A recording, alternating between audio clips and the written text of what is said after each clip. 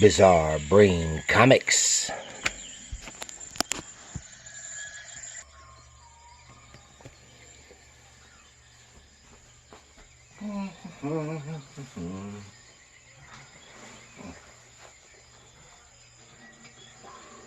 Hello, my comic book friends, and welcome to Bizarre Brain Comics. I am Gary, your host.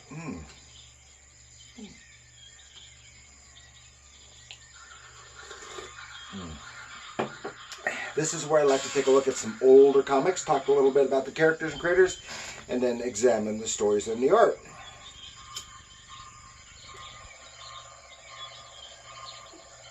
And this time, I want to take a look at this book, Kona, Monarch of Monster Isle, number 20, from 1966, published by Dell Comics. This is when it was still 12 issue.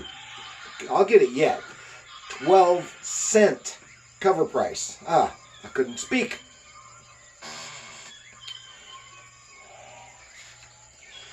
And unfortunately, we'll get to it later. This is Captives of the Cavern in Kona. And this is, like I said, Dell. This is unusual because, you don't find that many Dell comics still being published this late in the 60s. Because previously, Dell Comics were published through Western publications, and in the early 60s they split off from Dell to become Gold Key, because the Western publishing had the license for all the licensed characters that Dell published, such as Tarzan and all the Disney stuff, and the Warner Brothers cartoons and stuff like that. And they split off, and Gold Key, part of subsidiary of Western Publishing, published all that stuff. That left Dell with almost nothing. They reprinted some of their older stuff, like that one Dell War comic that I showed last week.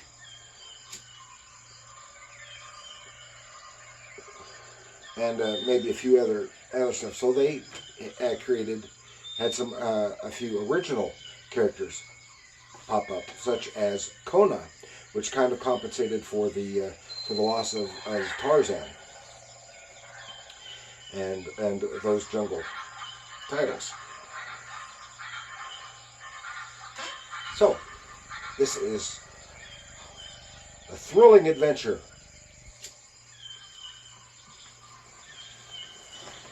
In lost lands with monsters and Kona, Monarch of Monster Isle. Ooh.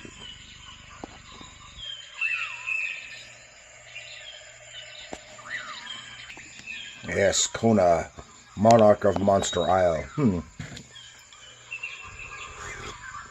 And here, this is the issue. You can get a better view of that cover. Now, what you saw earlier was this right here. This is from Guandanaland Comics, reprinting. This must have been about the first 8 issues or so of Kona of Monster Island here. This is a really great book. And you can see these books originally had full painted covers. Dinosaurs, cavemen. See monster bugs there. And but by the time we got to this issue, it is more simply a drawn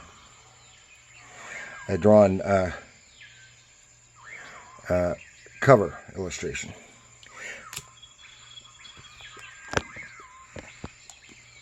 And Kona, Monarch of Monster Isle, number 20 from 1966. And Kona is a fictional comic book character starring in his own title, published by Dell Comics in the 60s. See, at this time, I just never saw Dell Comics in my little BFE town. We were lucky to have comics at all. They had the one spinner rack at the drugstore. And he made his first appearance in 4-Color Comics number 12. And, correction. 4-Color Comics number 1256 in 1962. And he had his own title through issue 21. So it had one more issue after this one. I've got 2 or 3 others out in the garage somewhere. Okay, the series was plotted by Don Siegel and drawn and scripted by Sam Glansman. And Sam Glansman drew this cover as well. And that was initially. Then later it was scripted by Paul S. Newman. I've come across his name a couple of times. I can't remember just exactly in what. Okay, and in the story, in the books, Kona is a caveman who protects Dr. Dodd and his family after they crash, that's an airship, a blimp, in his Pacific Island home, which is filled with dinosaurs and other monsters. And eventually they manage to leave the island and travel the world, having adventurous encounters with other monstrous creatures. And that's where this story comes in.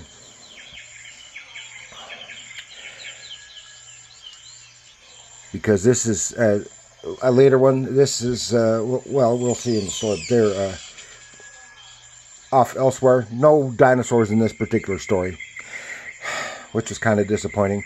But they do have Egyptian stuff and big apes and pygmies, and I know pygmies is often considered a derogatory term. I don't know what else to call them. I'm sorry. But they're diminutively sized tribesmen who were trapped in a subterranean cave for thousands of years.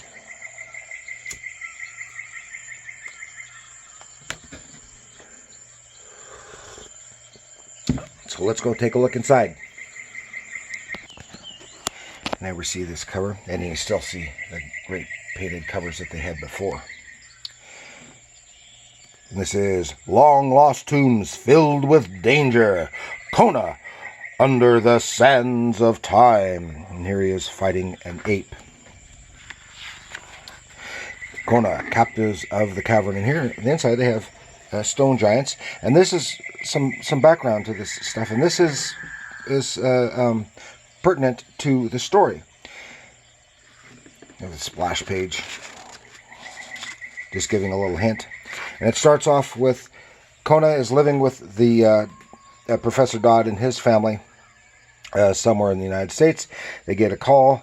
Professor Dodd gets a call from a friend in Egypt. Something has happened. Now this is fictionalized, but it's based on some true events here. They're talking about these dam built in Egypt, which is flooding a valley, and they're in the process of working up how to move these giant stone monuments from the Egyptian Empire, and which was true. I mean, this story isn't, but that is real event. They had, and you've undoubtedly seen these monuments in programs and stuff. Well, in the 60s, there was a valley being flooded by the Aswan Dam. I think that's what it's called. And these giant statues, monuments, were cut up, carefully engineered, cut up, and moved several miles to someplace higher so that they were safe from the rising waters. Then reassembled to appear as much like they originally did before, so that they wouldn't be covered up by the thing. Anyway, here in the story, and these scientists they were in contact with,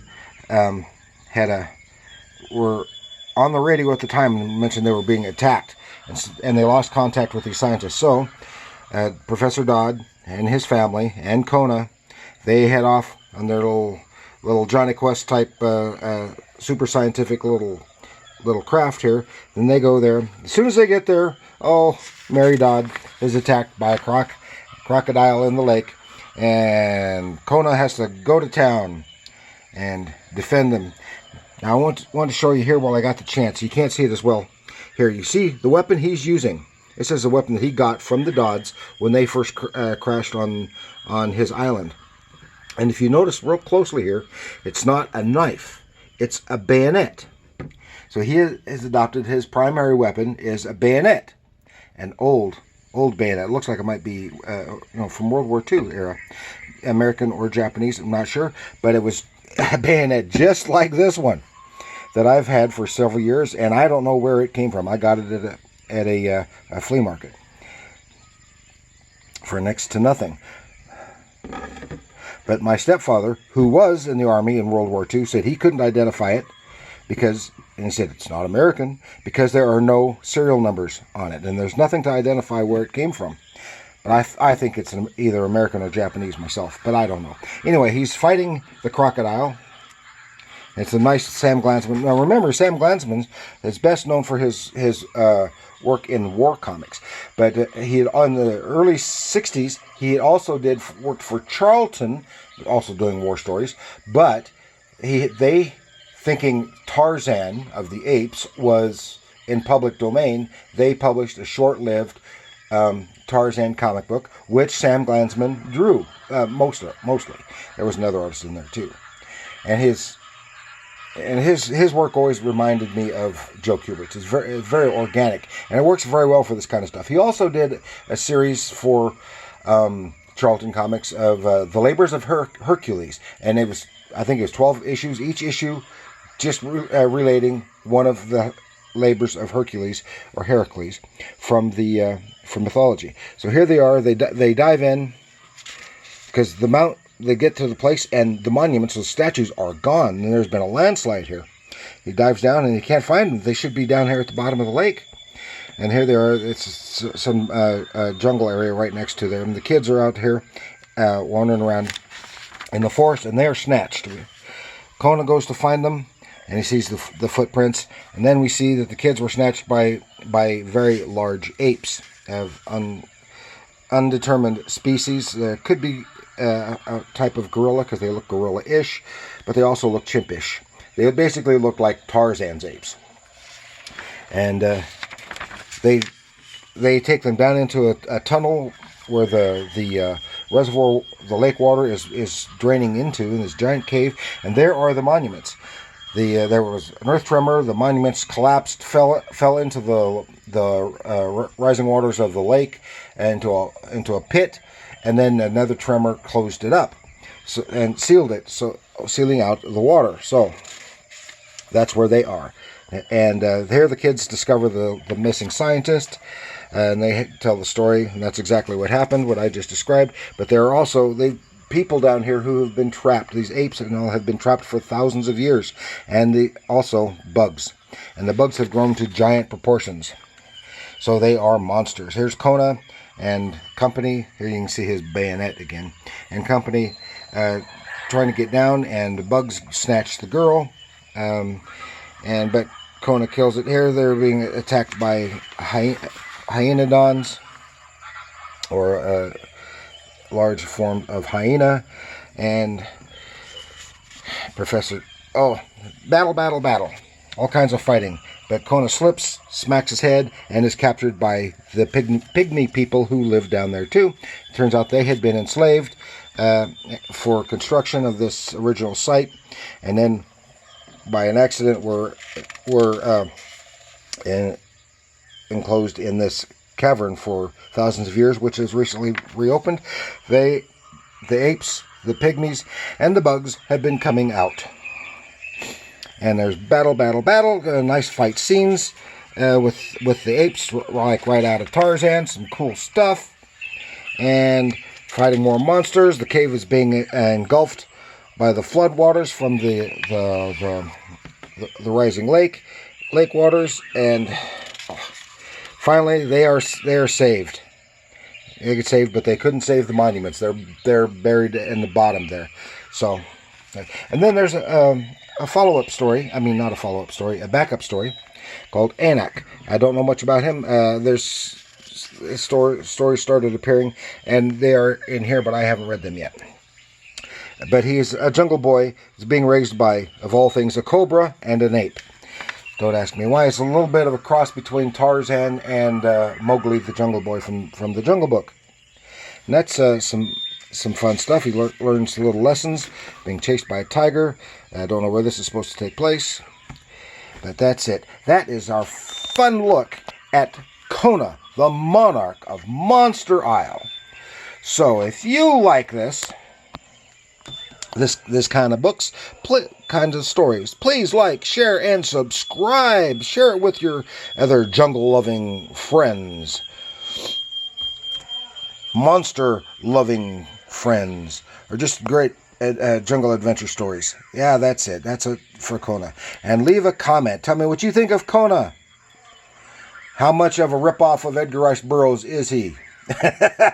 because he really is, but then a lot of things were, and of course Burroughs ripped off the best too, because his Tarzan was a ripoff of the Jungle Book. His the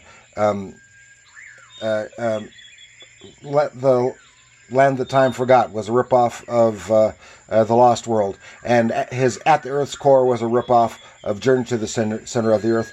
He just said his stories were much more thrilling and adventurous than the stories that he ripped off. So thank you for joining me. Like, share, subscribe, and tell me what you think of Kona, Monarch of Monster Isle. And remember, comics are art.